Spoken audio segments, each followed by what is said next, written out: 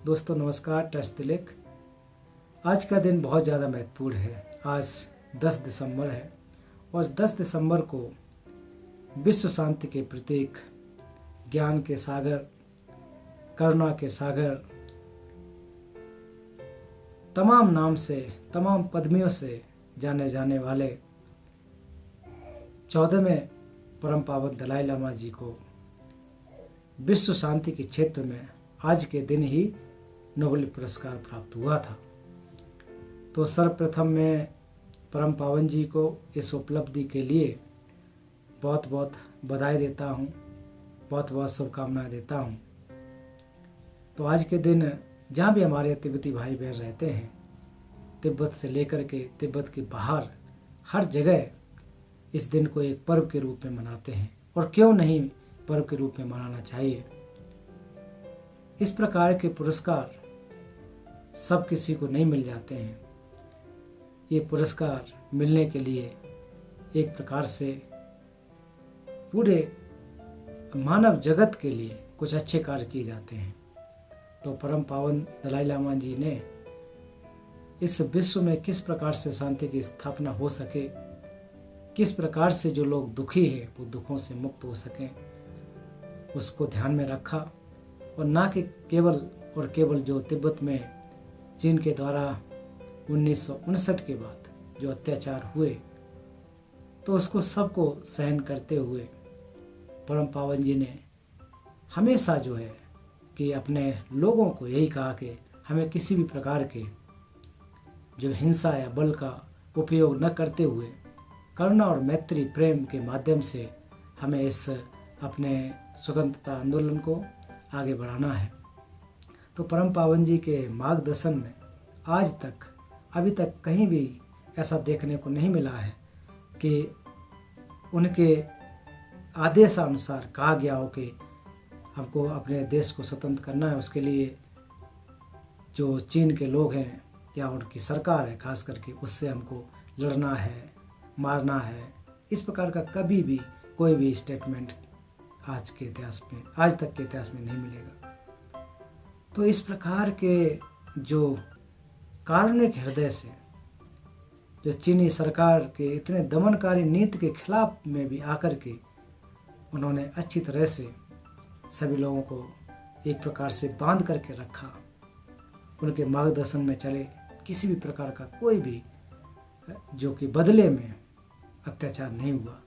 तो इस प्रकार के तमाम गुणों को देखते हुए उनको 1989 में शांति पुरस्कार प्राप्त हुआ था। तो आज हम लोग उनकी इस 35वीं वर्षगांठ को मना रहे हैं, और ये हम सब के लिए बड़ा गौरव का पल है, बहुत ही सौभाग्य पल है कि हम लोग इसमें उस दिन को देख पा रहे हैं। गर्व की बात है कि परम पावन जी को इस प्रकार का जो सर्वोच्च सम्मान प्राप्त हुआ है, तो वो केवल तिब्बत के ही परम पावन दलाई लामा जी नहीं हैं, वो विश्व के हैं। वो वास्तव में विश्व में एकमात्र दलाई लामा हैं। तो वो एकमात्र होने के नाते सारे के सारे विश्व के दलाई लामा जी हैं। हम उनका बहुत बहुत सत्कार करते हैं, आदर करते हैं कि उन्होंने पूरी दुनिया की मानवता के लिए हमेशा करुणा मैत्री का संदेश दिया, और आज भी दे रहे हैं।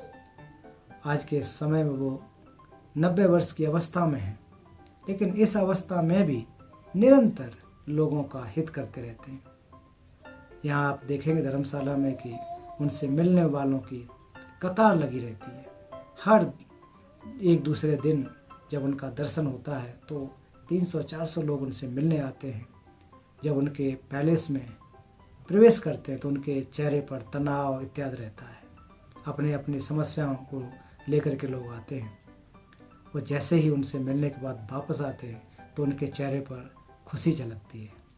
तो इस प्रकार का जो एक करिश्मा है, इस प्रकार का जो कह सकते हैं कि सामान्य शब्दों में एक जादू है, वो परम पावन जी की करुणा मैत्री, उसकी वजह से ये जादू है।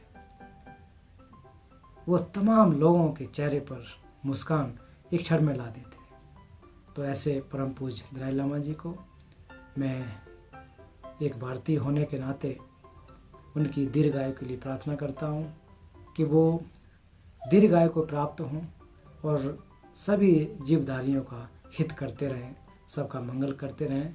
तो हम सभी के कामना है परम पावन जी ज़्यादा से ज़्यादा स्वस्थ रह कर के, ज़्यादा से ज़्यादा जीवन को पा कर के स्वस्थ रह के सबका कल्याण करते रहें। इसके साथ साथ मैं सभी तिब्बती भाई बहनों को भी बधाई देना चाहता हूँ, शुभकामनाएं देना चाहता हूँ कि आपके बीच में परम पावन जी आए, आपके देश में परम पावन जी आए और आप लोग उनके हर बात को बखूबी मान करके उनके मार्गदर्शन के अनुसार अनुसरण कर रहे हैं और विश्व में एक नए संदेश को, एक प्रकार के विश्व में जो नॉलेज है, जो ज्ञान है, उसका आप लोग प्रचार प्रसार कर रहे हैं। लोगों को बहुत लाभ हो रहा है। तो आप सभी को बहुत बहुत धन्यवाद, आप सभी को बहुत बहुत बधाई। पुनः परम पावन जी को इस पुरस्कार के लिए मैं बधाई देता हूँ और साथ साथ ये कहना चाहता हूँ कि भारत सरकार को भी परम पावन जी को भारत रत्न देना चाहिए।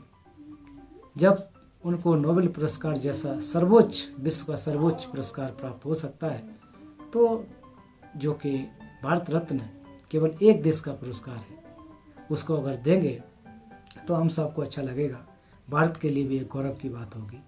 तो मैं इसी के साथ साथ पुनः आप सभी को बहुत बहुत बधाई देता हूँ। आप सभी को बहुत बहुत धन्यवाद। नमो बुद्धाय। Touch the link.